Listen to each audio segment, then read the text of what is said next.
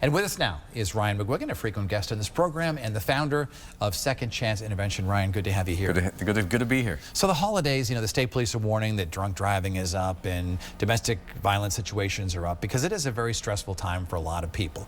What's your advice if you feel that perhaps you have a relative who has some sort of an addiction problem and it comes to a head often during the holidays?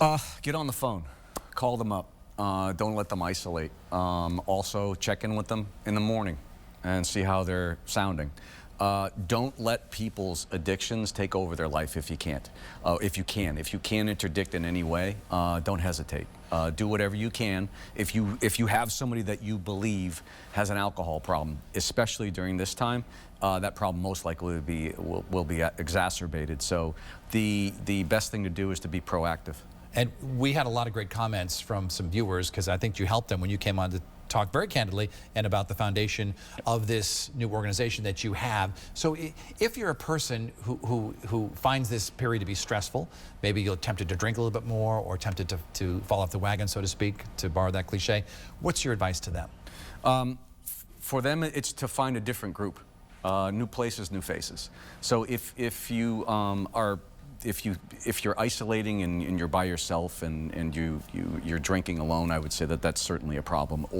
But during these times and the holidays, large groups of people tend to gather around festivities and drinking, essentially, and there's a lot. It's much more difficult. So if people are newly sober or they're thinking about sobriety, avoiding large parties where there are large gatherings where you know that there's going to be alcohol served there, and basically minimizing the temptations in your life is going to increase the happiness of your life. You've had some success stories since you created this organization, Second Chance. Tell me about them. So I have had many of them. They've been on a podcast. I have a podcast called the Renewed Life Podcast, and what's been happening is a lot of the alumni of the program that I've been doing with my clients, my criminal clients, have been coming back. And so I have a wonderful story of I'll just call her Kay, and she was somebody that had a 28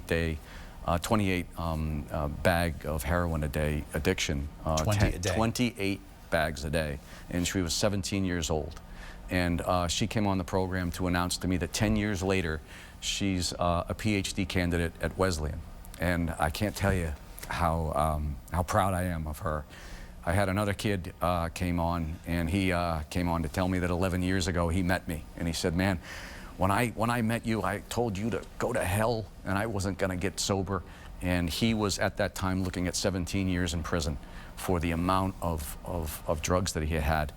And I got him on the program, and he got on my podcast, and he told me 11 years later, he's a naval rescue diver, and he goes out when Navy SEALs are like shot down. He's the guy that gets sent in to go get them. So I have a lot of stories like that and then the other thing is I go to AA meetings with former clients of mine, and I go to their weddings, and I go to their baptisms, and I get to be close, real friends with these people. His name is Ryan McGuigan. It's all over social media. If you out there, if you need some help, give this guy a call. Thanks, Ryan. Thank you much. Happy holidays. We thank you so much for sharing your time with us for This Week in Connecticut. You can catch us every Sunday morning at 10 o'clock. Up next, Capitol Report with Tom Dudchik, and I'll see you tomorrow night on the news at 6 and 11. Have a great day, everybody.